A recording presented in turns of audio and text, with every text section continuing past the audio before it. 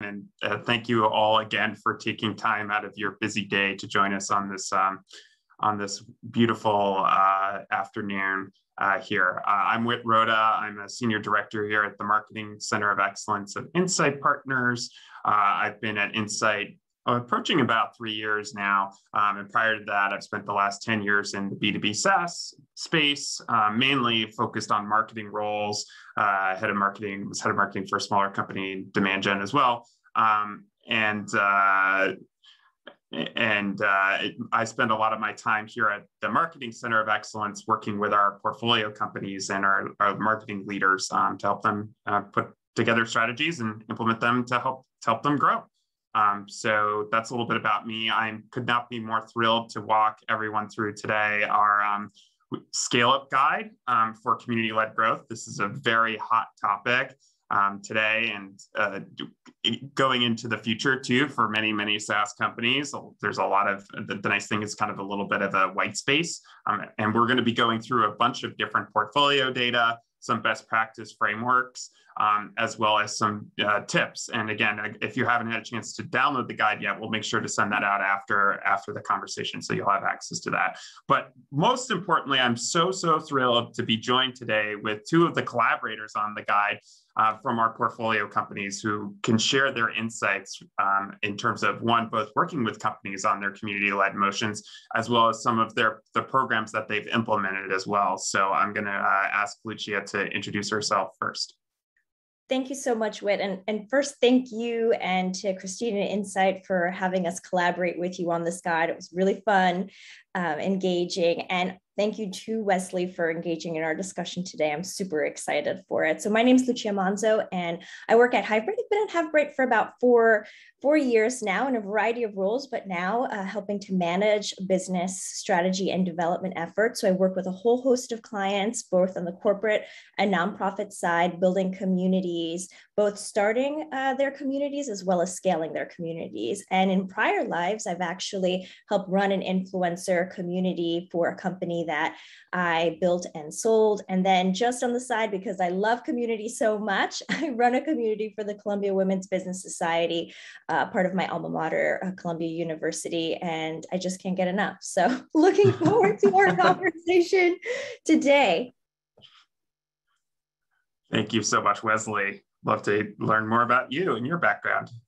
Hello, my name is Wesley Faulkner. I've been doing community for the past at least 15 years or so for different capacities, different size companies, startups, scale-ups, public companies. I'm currently the co-host of a community and developer relations focused podcast called Community Pulse. Just recently, I was the head of community at a database company called Single Store. It hasn't been announced publicly, but this Friday is my last day at Single Store. But I'm happy to be a part of this panel and glad that I can share my insights with everyone else. Thank you, Wesley. And I can tell you it's been just an honor and privilege to be working with you during this time period. And I'm excited for your next chapter as well. Cool. All right, so let's a couple things up front. So for those who aren't familiar with the OnSite group within OnSite Partners, OnSite is a group of former operators and ex-strategy consultants, and we are the scale-up engine that helps turn guidance into action, strategy into tactics, vision into reality.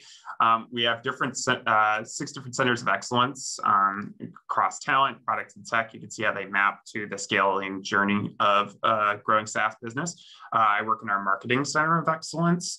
So just a little bit about the Marketing Center of Excellence.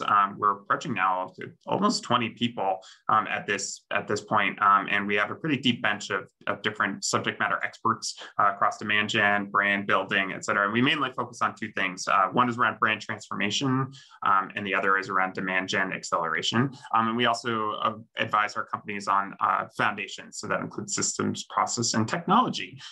So we publish a ton of different content and thought leadership as years go on. We also have regular events too. So we encourage you to make sure you go to the OnSite blog and subscribe to the newsletter, get that stuff. This is kind of, you'll get access to more events kind of like today's webinar if you enjoy our conversation. Okay, so we're going to go through 3 different modules here.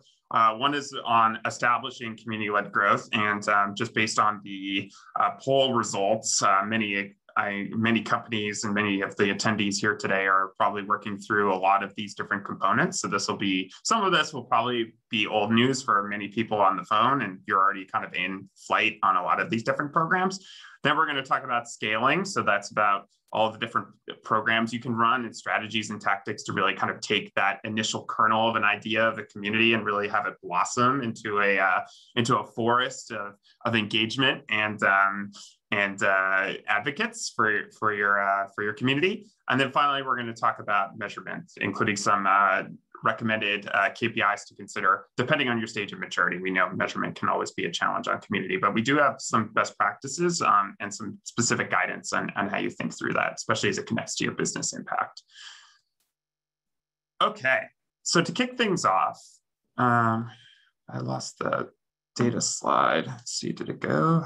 Hey, here we go. Okay, cool, easy. We'll fix that. Okay, so I wanted to kick things off with some benchmarks. So we recently did a survey of our portfolio companies. And one of the things that we learned, and this really kind of kicked off the impetus of this guide, was that only 25% of our companies actually really adopted a community-led motion today. So Insight's portfolio is now well over 400 active companies. So we have a pretty substantial sample in terms of SaaS within the industry today. However, what we did learn in the data is that 55% are actually planning on testing this motion, just over half in this coming year today, because we launched the survey at the end of last year. So that means that 55% are either actively looking at it or establishing it or kind of are working through it.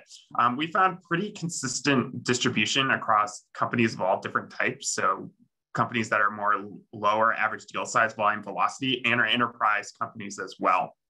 And you can see that for the most part, it is, in terms of adoption, it generally does fit that example of a self-serve, developer-focused company that generally likes to use community as a way to drive brand awareness and drive product adoption. However, the most interesting component is when we actually double-clicked into the developer-focused area segment within our data stream, we learned that the overwhelming majority who have adopted the community are developer-focused and targeting developers, 63%, so compared to 20% that are non. However, if you look at the planning to test, it's pretty consistent. So 67% are planning to test, 54% as well for non-developers. So the reality is that community-led growth is a very broad application and is of interest for all different types of companies of different sizes, selling motions, and as well. And we have seen companies that are not necessarily just developer focused achieve success with this motion. And we're going to walk you through some of those examples today and how to think through it.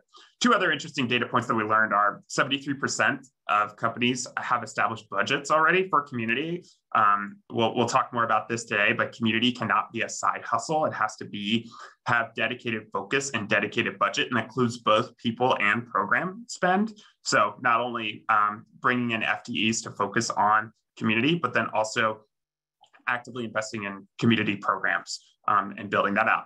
On average, in terms of marketing share, we learned that people are spending on average 9% of their marketing spend to bolster their community programs. But the ranges we did see were anywhere from around 7 to 12%. So as you think about your marketing program spend and how much should be allocated specifically for community efforts, that can give you a bit of a guidance. It can range from anywhere around 5 to 10% of your total program spend that you should be thinking about allocating towards making this successful. So kind of why are we seeing this? Like why are people so interested in testing this out? And what can we learn from here? Here are 5 key benefits that we've learned from not only my conversations with Wesley and Lucia and other portfolio companies, but then just generally actively engaging with a number of portfolio companies within the portfolio. Is what community-led growth does is it really, 1, creates clear pathways for frequent customer feedback and advocacy. So you can really get a direct line into those customers. Two, it helps build an organic flywheel. So you have a community-driven organic flywheel of content, adoption, usage, and referrals. Three is will help your organization reduce dependency on paid media spend. So because you have a community of advocates that's driving that organic flywheel, you don't have to go out into the market and spend as much on new user acquisition for your product. Four is, and this is where we saw for the higher average deal size companies, it helps influence economic buyers. So you can basically drive the product adoption in these larger enterprise accounts to influence these buyers instead of taking that just top-down sales approach. It really softens that land and expand, so it could really help you prioritize your account-based motion.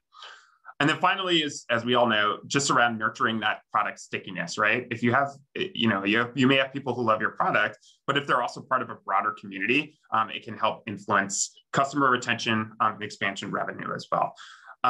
Lucia, you've worked with a number of companies in the past here. Are there any other benefits that you're seeing? And what in your mind are the primary benefits of community-led growth? Sure, I think I'd like to highlight perhaps two of these that are also here on this slide, but really hit home for many of the customers here at HiveBright. I would say that one is truly building that long-term relationship with a customer. So here, this is something that truly we've seen, that stickiness, that retention, super important. And really fundamentally, you're building that brand that will last a lifetime for that customer. So community here for us, I think one of the biggest values that we see our customers here have. Wesley, any thoughts here? Anything else we might have missed that you've seen in your own experience? I just wanted to put out there that community is hard. It takes time, it takes effort. All of these things will take time to put in place. But that also, to the last point or the last box, which is stickiness, is that when a competitor comes into the space, someone who either matches your feature set, matches even your support, even beats you on price, it's still going to take them time to build community. And so now's the time, if you haven't already built a community, because that is going to give you that buffer, that inoculation from like losing customers or losing users by setting up this kind of like inoculation from this brain drain or this customer drain from another competitor, and will give you time to iterate. So community really is something that helps with traversing some of those bumps along the way. I love that point. It really becomes a competitive moat in many respects beyond just the product features and the value you're driving. It is part of that holistic customer experience and that value where it's saying, okay, I may switch to another product, then what am I losing, right? Or what I'm going to be losing much access to that broader ecosystem and the benefits provided from the community as well. So I love that point, and I think that really kind of hits it home. I think to Wesley's point, community is hard. And one thing we say is that not every, if for the folks who are kind of evaluating this today, or even in the initial stages, not every company is really qualified to build a very massive and vibrant end user community. We're going to talk about how you should be approaching this and how you should be thinking about this. The one thing we will put out there, though, is that investments in community can drive business impacts without being a massive, you don't have to have 15,000 users in a Slack group talking about your product and posting to your forums to still see the benefits of a community-led motion. We have companies that are taking a much more strategic approach, and they're building just a customer community, right? So it could be, advocates who are providing that feedback to each other and have a private group to be able, a forum to be able to do that. So it doesn't have to be, as you think through this, I think it's easy to kind of get lost in this idea of this vision of this large community. But the reality is that community can mean a lot of different things for your organization, and your organization can still benefit from even smaller investments in community. There are kind of 4 key areas that you should be focused on to activate your community to drive business impacts. Number 1 is around building and maintaining infrastructure. So it's not about marketing or sales. It's mainly just saying, hey, we're going to provide you a place to talk, and also programs to be able to interact and engage.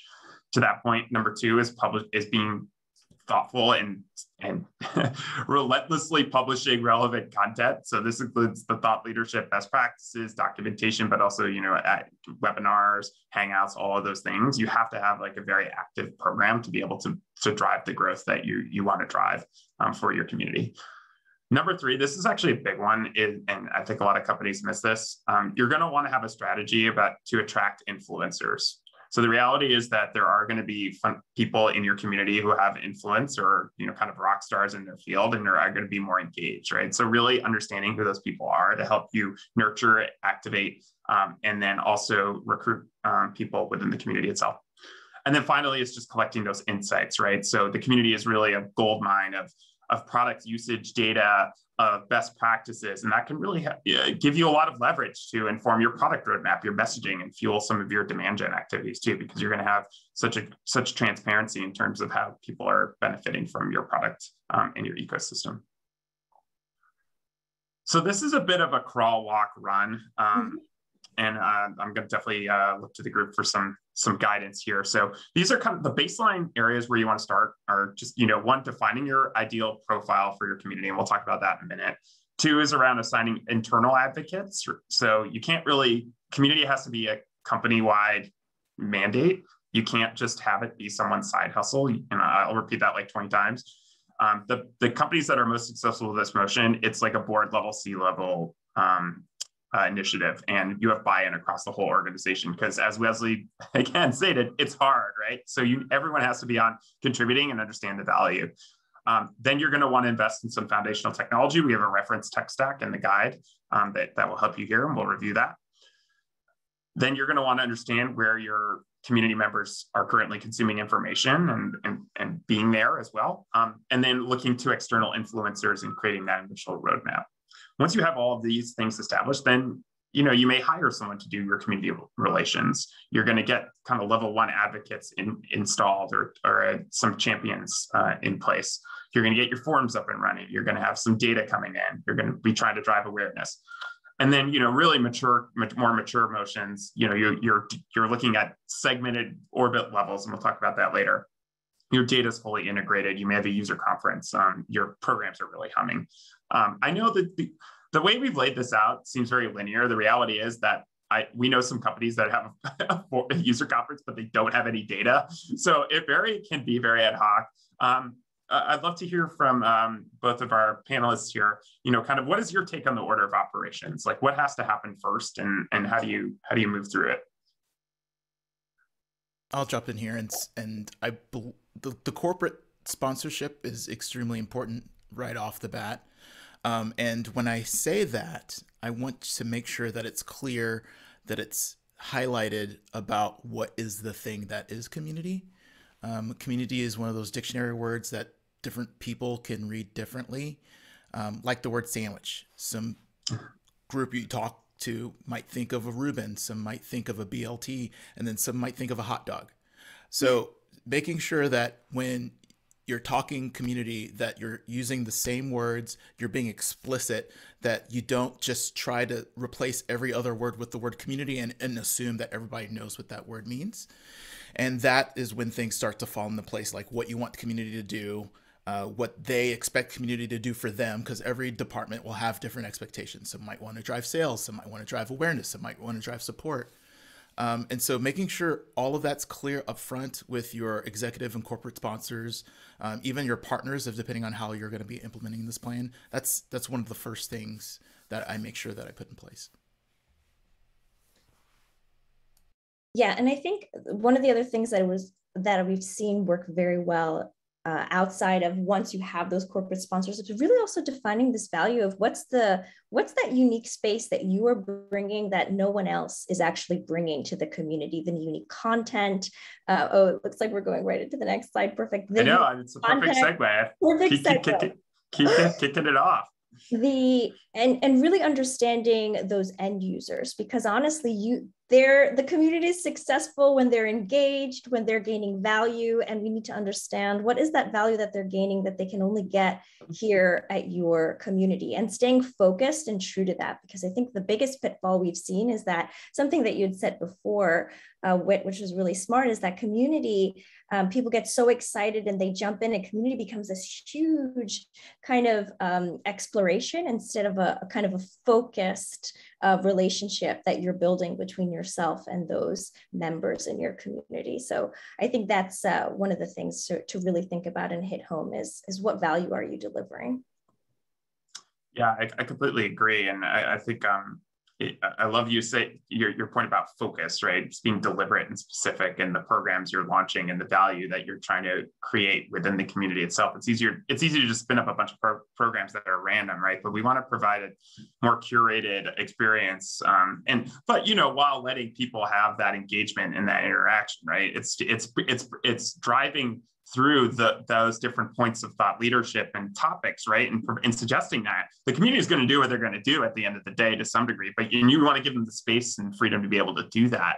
But at the end of the day, you still want to be deliberate and specific, because you only have so much capital, right? You only have so much time. You want it to be effective, and you want it to grow and people to love it. So I think you also brought up a good point. That's why I moved on to this next slide. So as you think about understanding who you're targeting is really important, and also understanding what the white space is. I think it's easy to think a community will work for your company, but you're taking that company first approach. You really want to make sure that the community that you're launching fills a greater need within the market, right? If you have a DevOps product and there are 72 other DevOps communities, you have to understand that you're still making an ask of people to saying like, okay, why would I join this community over these other 72 communities? So you want to be very clear about that. So our general rule of thumb here is to just look at your current customers first, right? Start there. Those are the people who know you and who love you. You can even deploy a survey, really understand exactly kind of what they're doing. It's like a bit of an initial voice of the customer work. If you think about developer relations as it relates to the broader ecosystem, they are very much like bringing that voice of the customer into the room for a lot of our companies. We generally recommend if you're going to do a community, you should be looking for end users. If you think about the value of what community does to help delabor some of your product marketing and your content creation, it's going to give you a lot of leverage, right? So you want to make sure those people are really subject matter experts and being able to help and provide guidance around that. If you have key economic buyers, you can do like a customer advisory board or a CAB. That is kind of like a community, but it's a little bit different. Doesn't quite fall into like the bucket of community-led growth. It's more customer marketing, but also value additive. And then finally, we already kind of touched on this, but like really understanding where the knowledge gaps are within. So where do you see knowledge gaps within the greater ecosystem? Ideally, these topics that you're covering aren't related to your product, right? They're more broader ecosystem plays, and you should be thinking through the value that you're creating there. Next up, you're going to look at technology, right? So we recommend having at least every company, every growing company should have this, but your CRM, your content management system, and your marketing automation platform. One of the things to note is that we've seen a lot of companies keep the contact records from a community separate from their marketing automation platform instance or their CRM, specifically for the reason one, they don't want cross-pollination between the business side. But then two, sometimes the community grows so much, there's like thousands of people, the economics of like having all of those records in Salesforce, like they just don't want the overhead. So sometimes they'll keep this in a separate system and deploy it through like a MailChimp or something a little bit more kind of volume velocity. For community platforms, Discourse is a very popular choice. Obviously, Hivebreak, we know and love. Got to give them a shout out. And then we also have some other options here. So Circle is getting a lot of adoption, and Insighted actually was just recently acquired by Gainsight. So that's actually kind of entered into by extension into the family as well. And then engagement tools, right? So then you're going to want to have text. So, Zoom, obviously, a lot of companies start with the Slack group and then they expand to forums. Community has a lot of SEO benefits, so you want to make sure, but you can't have forums if you're worried that you don't have the content, right? You don't want that forum to be a ghost town that they walk in. So it's nice to sometimes start with a Slack group or Discord. Discord's becoming emergingly popular as well. And then connecting your customer success channels into that community and being able to pipe in the answers to be able to provide you additional leverage. And then finally, operations and reporting. So this is a really emerging space. If you asked me about a year ago, I'd say it's pretty much, it would have to be stitched together via Segment and like a Zapier and to really get to that data. But tools like Orbit, Common Room, CompStor have really emerged to help you provide you visibility and scoring and growth metrics as well. Are there any other tools that you've seen that you guys love in terms of community that you just can't live without, that are either on the slide or that didn't quite make the cut? I like Crunch. It's crunchdata.io is where they're located on the web, and I use it in conjunction with a lot of these other tools. Some tools are focused on your community specifically.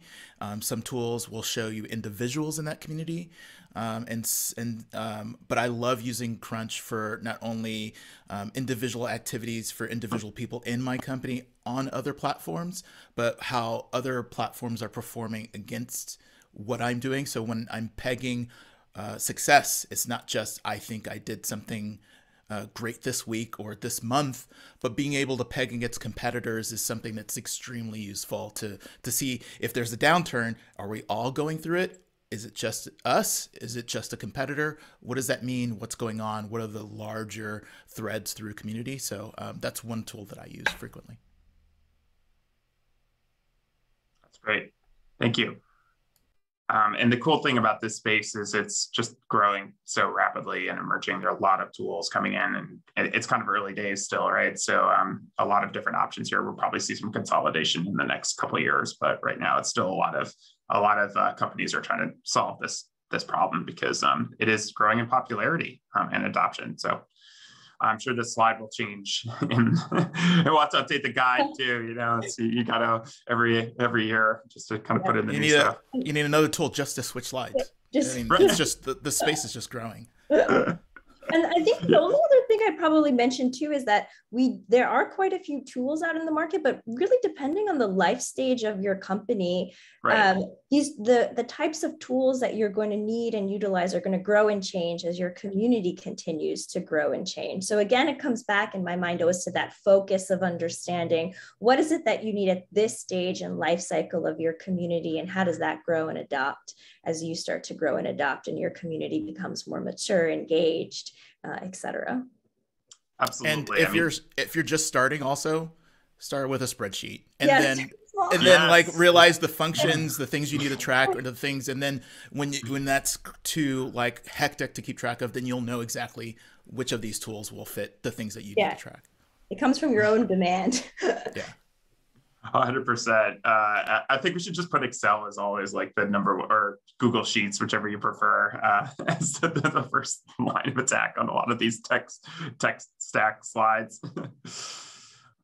Yeah, I mean, you definitely want to get traction first before you invest in tools and spend money on software for sure. We have some interesting portfolio examples actually that are cool. I think help inspire you as you think through how to implement some of these. So Portfolio Company Postman does some really cool thing here where they have their technical documentation. They actually have a Git version control. What this allows the community to do is actually propose changes to the technical documentation as they're working through problems and challenges. And we think that's really, really innovative because, one, it gives, the community is going to be the one in the product actually being able to give very specific answers to questions. So it really increases the leverage to understand, bugs and be able to really update what's going on. But then also because of, and then they can accept it into the main branch, but it's cool because it also rewards the contributors, right? It really highlights who they are. So you can earn points and earn status even within the community because of your technical documentation contributions. Obviously, we mentioned the different size, but nurturing that community engagement through your user forums is definitely a huge focus, especially as you want to make sure that content's fresh and there's constant engagement. People from your company are plugged in here. So easy registration for third-party credentials. You can use your forums to actively solicit market feedback. And even, in this instance for Dremio, their co-founder and chief product officer, Tomer, who has very strong opinions on the product and is a visionary really in the space. He's actually in there, engaged. Now, you don't necessarily have to have your chief product officer, but this is one area where you can see he has an opinion and he's really engaged with his customers and their users, really trying to sort through some of these challenges, which is really helpful and drives adoption. And then finally, as you get more mature, you may actually think of launching a community edition, right? So Sonar Source has a free and open source version of their product. It has robust core functionality. And then as the use cases get more advanced, they have different gates to actually for payment. And then also that's true about their Sonar Cloud product as well. It's a public project. If you want to do it for private corporate use cases, then you can pay for it, but it is free to try and get started. So those are some of the fundamentals of establishing community-led growth. So now we're going to move on to the scaling portion. So we've gotten all of that set up, right? Woo, it's done. That was easy. Getting that all put together. No, it was hard, Whit. It was really hard. In this presentation, it was easy, but actually doing all that is very challenging and time consuming. Wesley, kind of as you think through, some of the components on that slide, what would be like a time frame people should be thinking about as they would consider even getting all of that off the ground? I mean, obviously it's not going to be everything, but if you think about it, it's like launching a community, like how long do you think people should budget to implement it? I would say anything short of 4 months is pretty too short. It's you're leaving something out because you're mentioning that pent-up demand or setting up that pent-up demand to make sure that you don't have a ghost town. So you want to make sure you have both content that's pre-populated. You want to make sure that you have a nice velvet rope that you introduce these external influencers that you mentioned, and it's going to take some time to make sure that their input is put into the process and that you can get them in and retain them. You mentioned customers, teasing it in your newsletter if you have one already, on your website, setting up landing pages, integrating that into your general strategy. All that just takes time. And then you're going to have to make sure that if you do have I just want to point out that a knowledge base is not the same thing as a community. Some people think that you set up a forum or whatever, and they're just going to ask questions and you're just going to answer questions. That can turn into a community. That could be part of the community and should, but it's not a community by definition. So you have to think about how you're going to nurture the community in terms of growth. You have to think about what things are you going to do to keep people engaged. And you mentioned the stickiness factor, and you're going to figure out how to make it sticky, because if it's just answering questions, people are going to come in, get their questions answered, and then leave. So you need to figure out how you're going to make it sticky. What is the thing that's going to be unique to your specific community that you want to make sure you do on a recurring basis? There's a lot to plan, and there's a lot to keep track of, and then there's a lot to maintain after that. So 4 months is a very ambitious timeline for me. Yeah, I would echo that. We see this too with our clients, and one pitfall is really making sure you're all aligned also internally, because this can sometimes slow down that ability for you to really get your community up and running. So ensuring that you really are aligned internally can help go a long way in expediting. Again, perfect segue to our next topic, which is around internal and external influencers. So completely back to that point. I mean, internal alignment is critical here, especially if you think about what community really touches the entire organization in many respects. It impacts product, it impacts customer success, it impacts both sales and marketing. It is an external destination for your brand, and so you really have to have alignment. Again, we've said this before earlier, but having that top-down kind of mandate and making sure everyone's on the same page of what the community is and value it provides is critical. So the way we recommend about it is you're going to want a deep bench of people who are actively involved in community, and in many ways, you have one dedicated FTE who owns it, and they're going to be like herding cats and dogs, right? In terms of just like getting what they need to be able to provide that voice of the customer in the room, and then launch those programs. So internal influencers are very important. Generally, you want to have a pretty deep bench across many different departments, product marketing and sales as well. Now, again, communities should not be thought of as a mine for sales. We'll talk about business impact a little bit later in the presentation, but obviously if people are signing up for community or joining community events, then they're getting pinged by SDRs like immediately. That's not going to work longer term.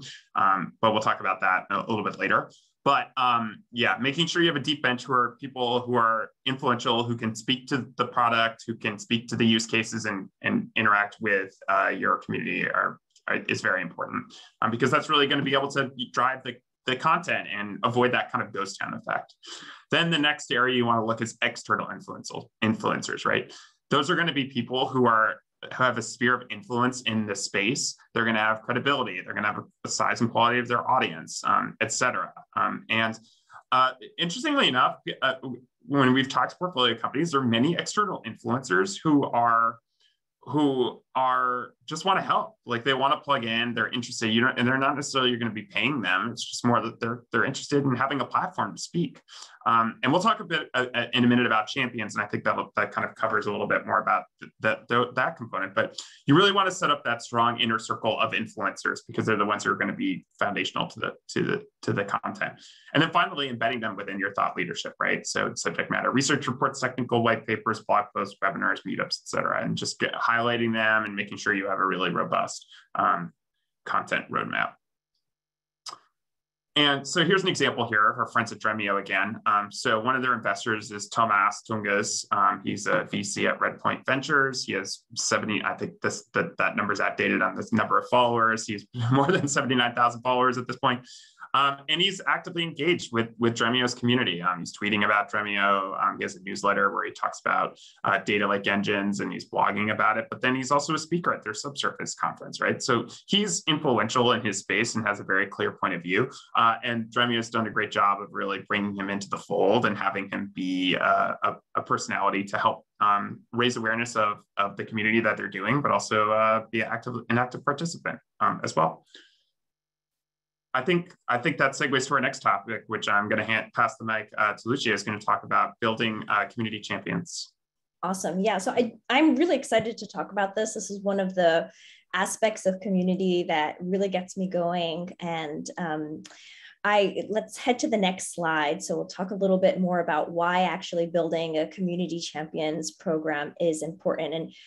And I'm going to echo a few things that we've already said. Building a community is hard. Also, building a community champions program is hard and takes time, but it can be incredibly valuable. So as your community continues to scale and mature, really being able to understand those individuals within the community who align with the mission and values of your community, that are going to adopt that and proliferate that and act as the linchpin between yourself and additional community members, can really exponentially help your community grow and ultimately act as an extension of your own team. Since some teams are actually quite lean, you might still have an FTE, but they can really act as that extension and help that community grow and or increase the quality of the content and the engagements within the community. I wanted to take a step back on the next slide, because we talk about the engagement period a bit here at Hybrid. And I think it's a nice way to understand, the time and efforts, right, that go into a community, and also take a peek in understanding that it's really genuine relationships that you're building over time. So when you're starting to create this community, you'll see quite a bit of users or your members coming into the community, but maybe they're more like passive actors, and they start to discover more, they're searching, the engagement increases, they start to have more frequent participation. And then you'll really see that kind of top-down engagement go bottom up as the community is organically sharing and creating content. Here you'll be able to identify, okay, these are my champions. These are the individuals who are organically so excited in the community. They want to take ownership. They want to take leadership in the community. And how can I incentivize them to maybe formally become champions? So on the next slide, we talk a little bit about how we can do this.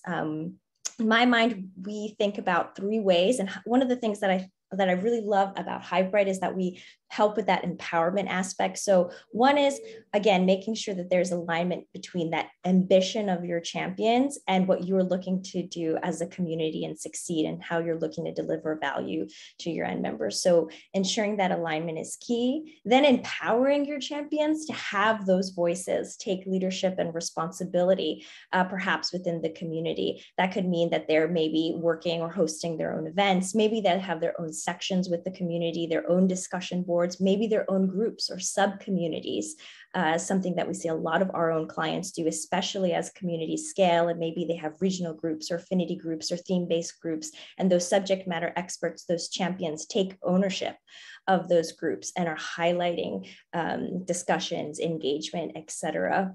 And then making sure that they are thanked and that they are recognized. So feel free to go ahead, wait on the next one. How do we spotlight them? How do we ensure that they're getting the credit?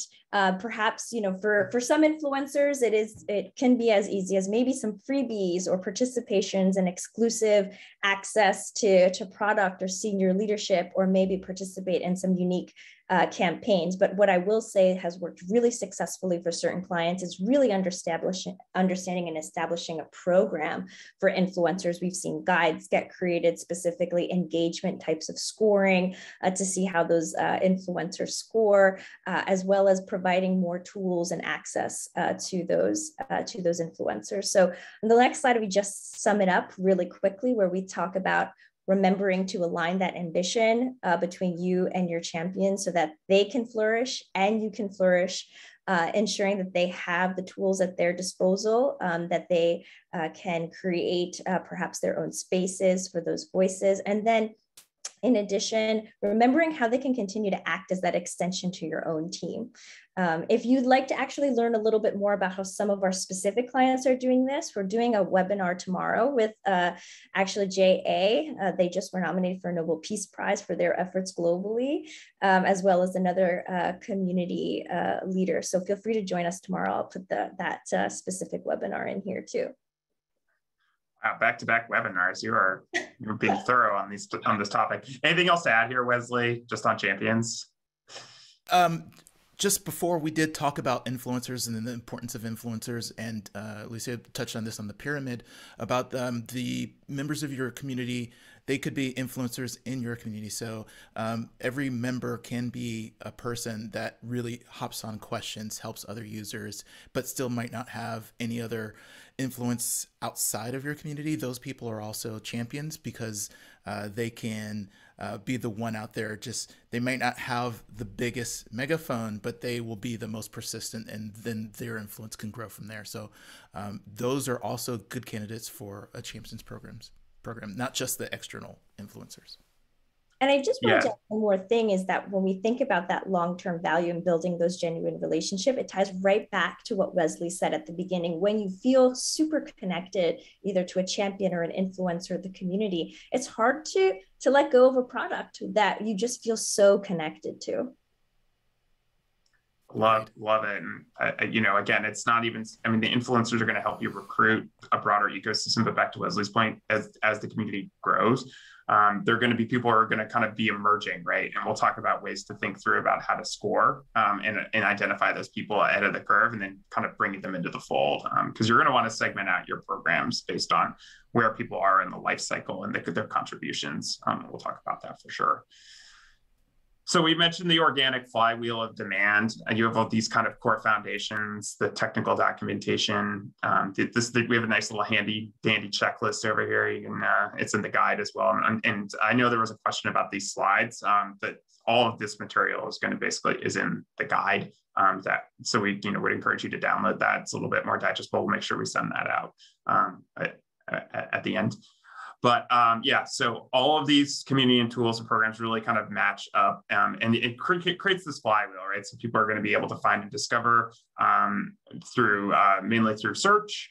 Your documentation, for example, ranks, if it's indexable on Google, it should be able to kind of rank for technical keywords. You're also doing active content and publishing it across different channels, and your community can actually help you with embed in terms of your PR as well, and thought leadership. Eventually you get to that kind of try and buy part of it. So that's where your community edition comes in. Your forums are helping people get onboarded and answer questions and become successful with the product. And then they'll join the Slack group or the Discord, and you have training and tutorials.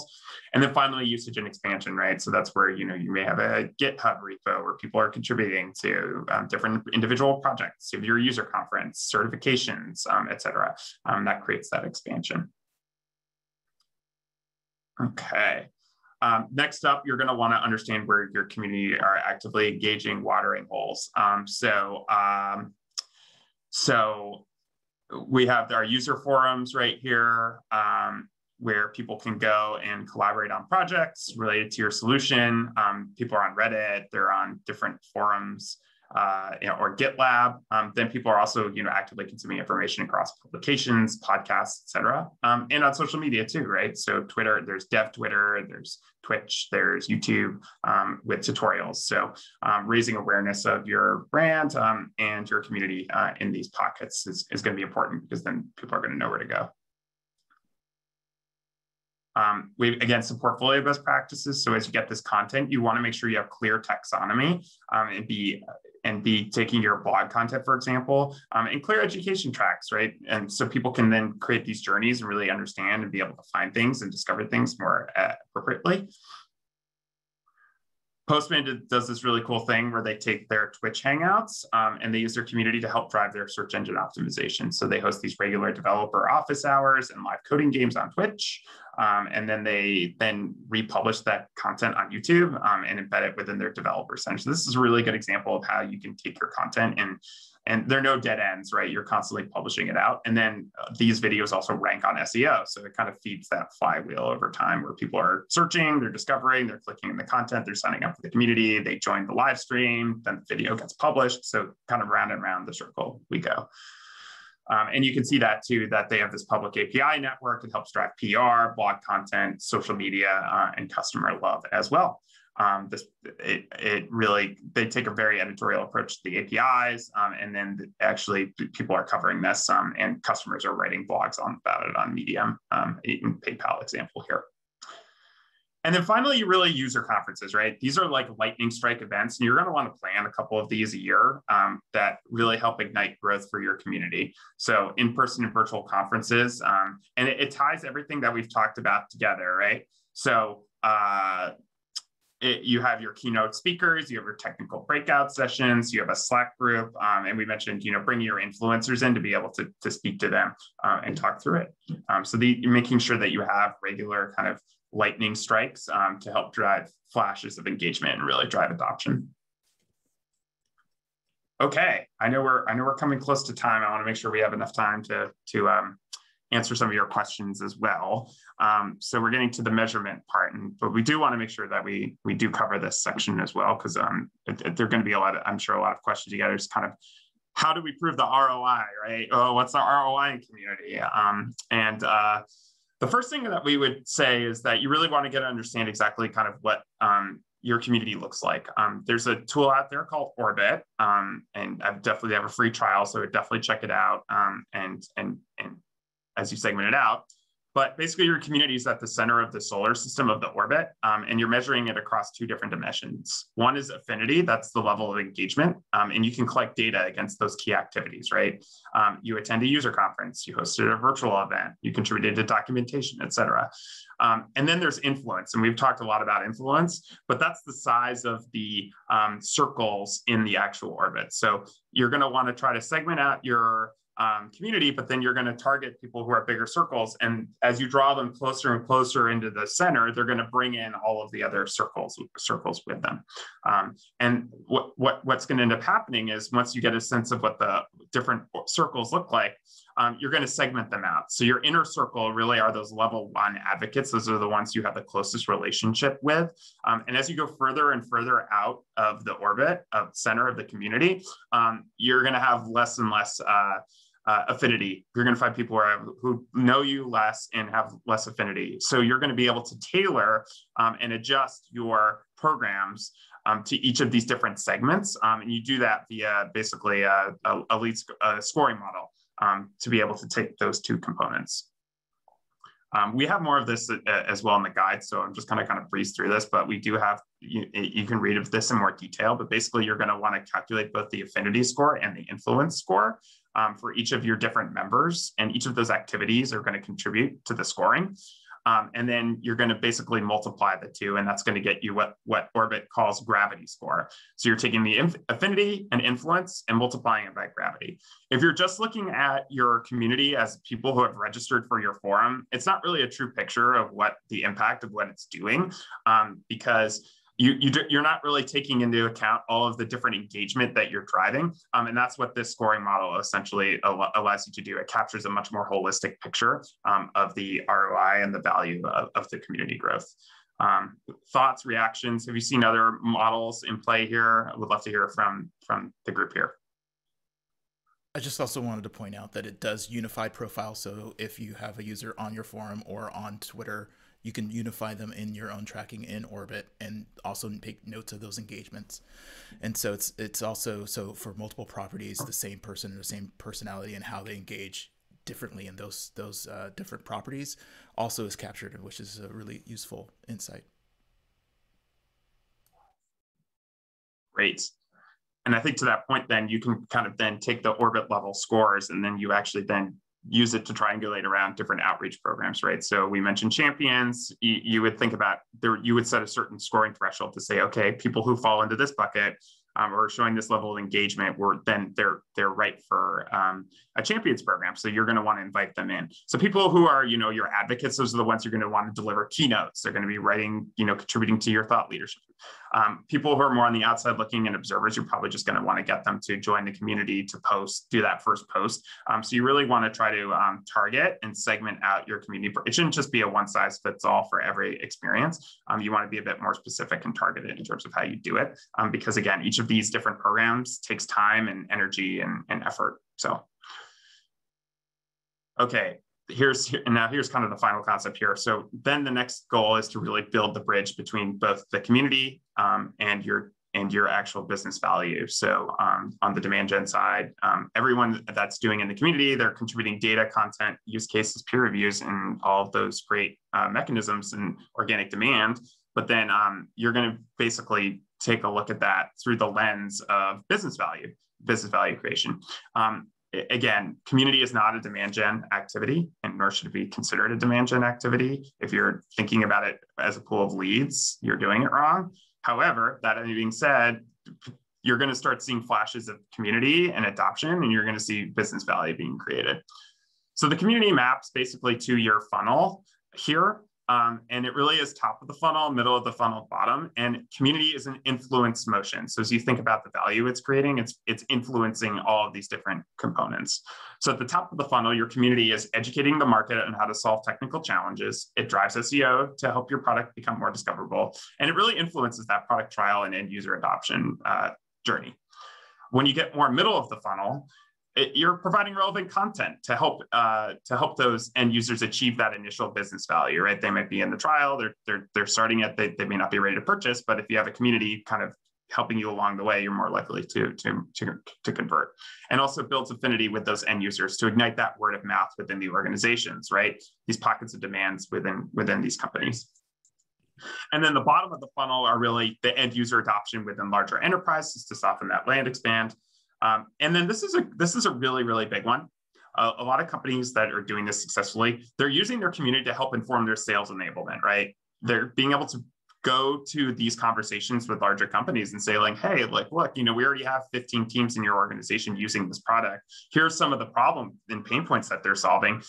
Let's make sure that we're armed with that data and those use cases to really drive that adoption and win deals. In the guide, we've provided these KPIs to consider. So the reality is, and Wesley will probably laugh at this, as you're getting started, you're not going to be able to report on all of this stuff. Like you're in spreadsheet land, right? So, you're really going to want to pick the KPIs that are most aligned with your overall goals. But at the bare minimum, you should be looking at new active member growth. Like if you look at the top section on the community side, you're just looking at adoption and engagement, being able to provide some visibility there in your early traction, right? Then eventually you're going to be able to loop in more sophisticated metrics like how it's impacting your SEO, your active user growth within your prospect accounts. You may actually even get to a point where you can measure influence through logo pipeline, and that's just basically looking at deals closed with people who are already within the community itself. On the customer success side, we've seen community influence expansion pipeline, some retention and NPS score, and then also just around ticket backlog reduction because the community is helping you drive efficiency for CS. The overall goal eventually is to be able to take the community scores and then embed them within your Salesforce instance, right? So you're going to have visibility on within what companies are doing what. Now, again, this isn't a ticket or a ticket to ride in terms of reaching out to these people, but when you're having business level value conversations, community needs to be placed on that upper echelon and tier, and it has to be an equal partner with marketing, sales, product. Like, it really is an investment, and it is emotion. And those are the kind of conversation level type conversations that we should be having. Okay, we made it to the end, and I think we have time to answer a question or two. I know there were some ones that came in, but so what now, really? If you think about the path forward as you're getting this going, clearly defining that best fit segment that will drive the community adoption, really getting organizational alignment around that's job number one. Two, it's around establishing those foundations. So the infrastructure, user forums, et cetera, and picking your platform, et cetera, to kind of get started. Three is identifying those tier one advocates. So both the internal and external influencers who are going to help you drive and avoid the ghost town effect. So you're going to actually have a community going.